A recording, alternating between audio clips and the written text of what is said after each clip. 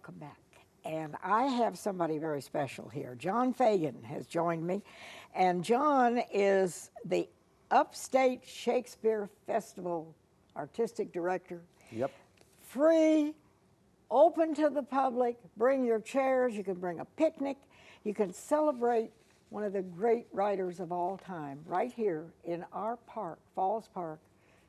You could even bring your dog if it's a well-behaved dog. Okay. Yes, you can do your kids and your dog. And this is the Upstate Shakespeare Festival. Yep, that's correct. And Shakespeare lived over 400 years ago, and he's still in style. And he's still the most produced playwright, writer in the world. All of his plays have been translated into every single language across the globe. He's staged all the time across the globe.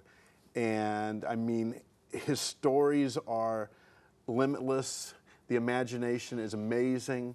We still, every writer owes a huge debt to Shakespeare.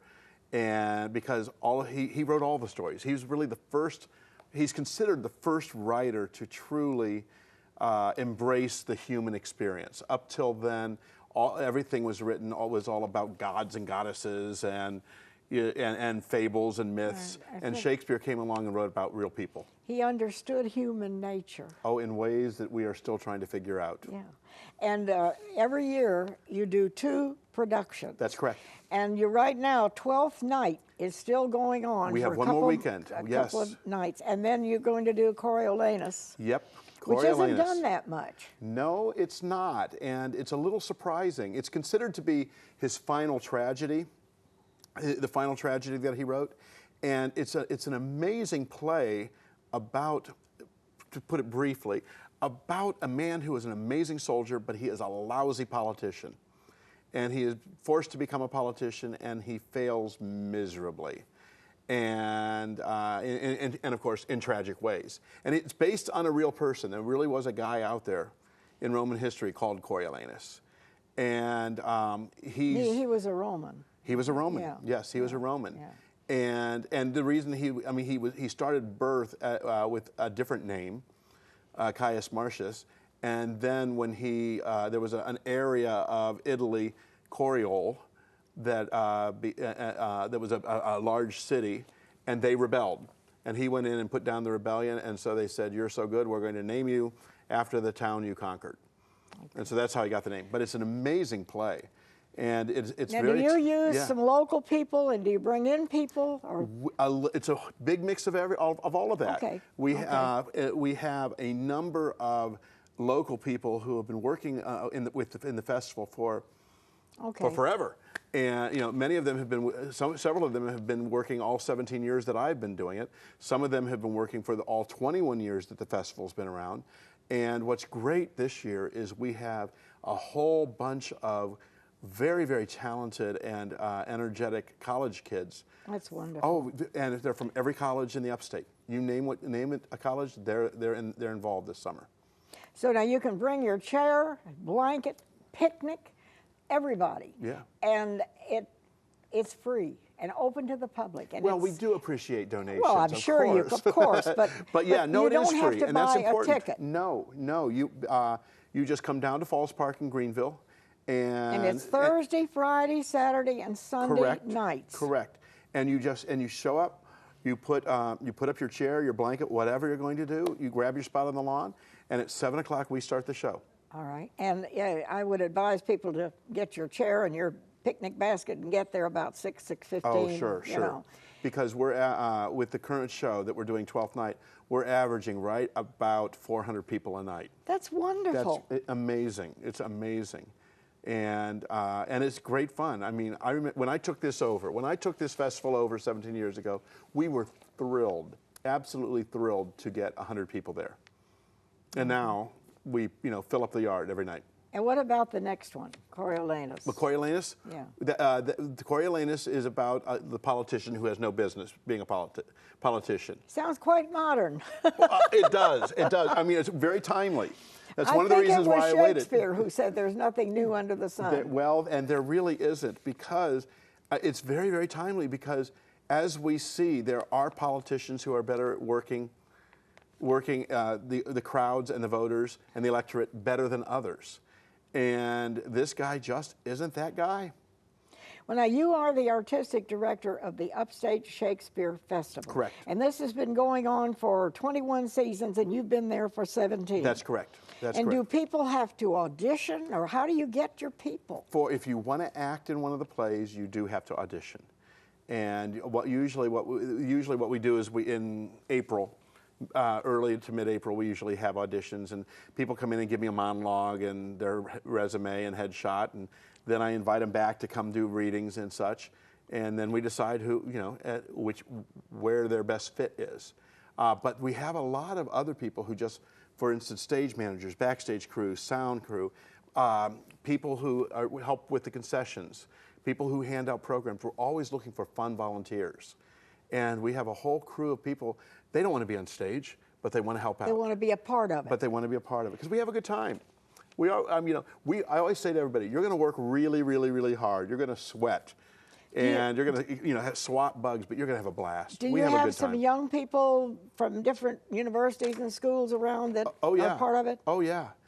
We have all ages. I mean, what's wild is a very dear friend of mine has a little 2-year-old girl, and they will come down and hang out. And little Abby loves walking right next to me, handing out programs. So we take them from as young as 2 all the way up. I've got little Abby out there handing out programs, and she's having a blast. Now, this has been going on here in the Greenville area for 21 years, and you've been there 17. Yep. Do you choose the different plays that will be produced? Yes. One of our goals is to do all 39 of William Shakespeare's plays. And after we do Coriolanus, we will have done 25 of his 39 plays. And, I'm hoping that it would be great to be able to say we directed and staged every single one of them. So that's our goal. Do you have a favorite? That's like asking a parent which child is their favorite. I mean, what's funny is a lot of times the show I'm working on now, if it's a good show and if I've had fun with it, it's my favorite. And right now, Twelfth Night is just absolutely delightful. But I will say, in all the productions we have done, The Tempest was amazing, Hamlet was great. We've done the Scottish play several times. Midsummer Night's Dream. I've got a whole, it all depends on how the production goes, if it's my favorite or not. Why do you think Shakespeare is set apart? What may, through all the ages, over 400 years, his plays have been produced, his works have been read in schools, and well, I think what is it? I think he started off with really good PR. I mean, right after he died, he had all of his buddies that he worked with published the books. But if they weren't good, they wouldn't have stuck around. PR doesn't last 400 years. No, it doesn't. It sure doesn't. But I think that the reason that he sticks around is his stories are universal. To this day, we still have young people falling in love. Romeo and Juliet. We still have people absolutely go nuts with jealousy, and you've got Othello. Mm-hmm. You have all the political intrigue in so many of his history plays. And human nature doesn't change. It sure doesn't. And the thing is we find viewing these plays about human beings, we can recognize the emotions and emphasize with them. But at the same time, some of these are just, the stories are so exciting. They are well written. They are just very, very well written. That, the stories are exciting. They're fun to watch. We love to watch stories and read stories about kings and queens and how they fail and everything.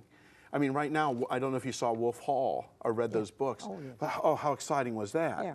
And, about Henry VIII. And, he was writing about all those kings and all the craziness that was going on. And it's exciting to watch. You're going to do Coriolanus. Yep. And that's beginning when? That begins July 9th and runs through August 2nd. And that's Thursday, Friday, Saturday, and Sunday at 7 o'clock in Falls Park. That's correct. And what's really cool, because Coriolanus is not staged that often, what's interesting is the last time we did one of his more obscure plays, we did Cymbeline. And we had people coming here as far away from, southern Alabama. We had people from New Jersey come down to see it because they were saying, we don't get the chance to see this play. And there are a lot of people who are, big old Shakespeare geeks like me, who will travel to go see these plays. And you use some local people and... Yep, we have, there is a talent pool here in Greenville that is just astounding. There are so many strong performers in this area. And it's great because they get to flex their muscles in a different way with some of these plays that they wouldn't with other plays. So now every season you do 2 of Shakespeare's plays. Right. And he did what? How many plays did he write? There are some people say 39, some people say 40. It all depends on so you have a whether way or not to go they include. Yet. But we've made a pretty healthy, we've notched out quite a few of them. If considering we've done about 20, we've done 25, and there's only 14 to go. Now we do have a phone number. Yes. And it's 864-787-4016. And I keep that information here. But if you want more information about the Upstate Shakespeare Festival, which is free and open to everyone in Falls Park in Greenville, South Carolina, you are welcome. Yeah. And each year you just get better and better. And well, I like to think so. I like to think so because I think with every year it brings along new challenges. And the thing is I don't want to do the same old shows. You're not going to see the guys running around in tights and women with the long flowy dresses and stuff because that kind of gets intimidating. We try to find a way to tell the story. Try to keep it simple and get the message across. Well, tell the story. Yeah. Yeah. But one thing I want to mention real quickly, if I can. Yeah. We want to send a big thank you out to Bank of America. They've been our corporate sponsor for this is our second year, and so thank you to them. That's been great. Shakespeare's been around for 425 years and still going strong. And good luck to you. Thank you. Thanks for having me on. Thank you, John Fagan. Thank you. Get your kids together and go to Falls Park and enjoy it.